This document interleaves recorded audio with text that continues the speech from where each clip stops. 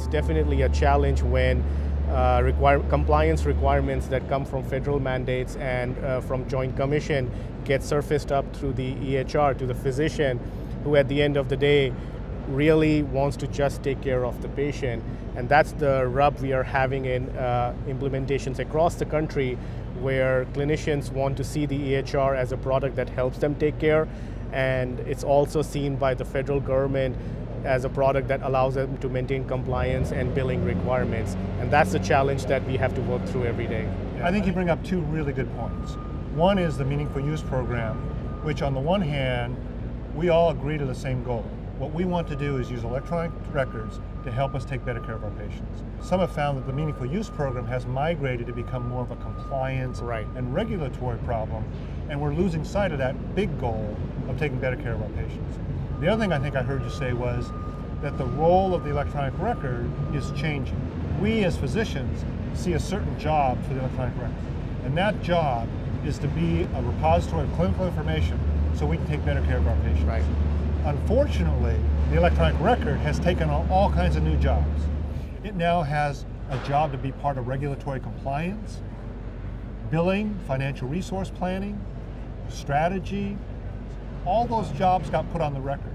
And what happened was the physician now has the job of feeding that record with all the data that it needs for all those jobs that we don't really necessarily find a high priority.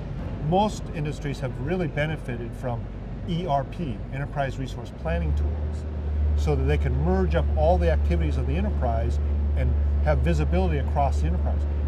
I don't believe the electronic record should be the ERP for healthcare. I envision a day when there's a new layer that sits above the electronic record and brings data out of multiple sources, including the electronic record.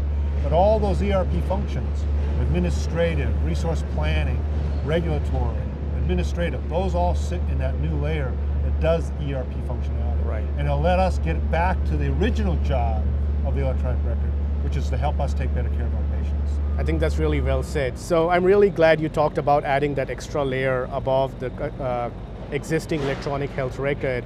At Intermountain, I'm really excited about our innovation arm. We have the Transformation Lab and an innovation work stream that's completely separate from our implementation. And that's by design, because if you look at organizations and CMIOs across the country, their biggest challenge is they don't have time, resources, and people to do innovation, because a lot of that gets used up in implementing the care and feeding of the EHR. So at Intermountain, we're very excited to continue working on that.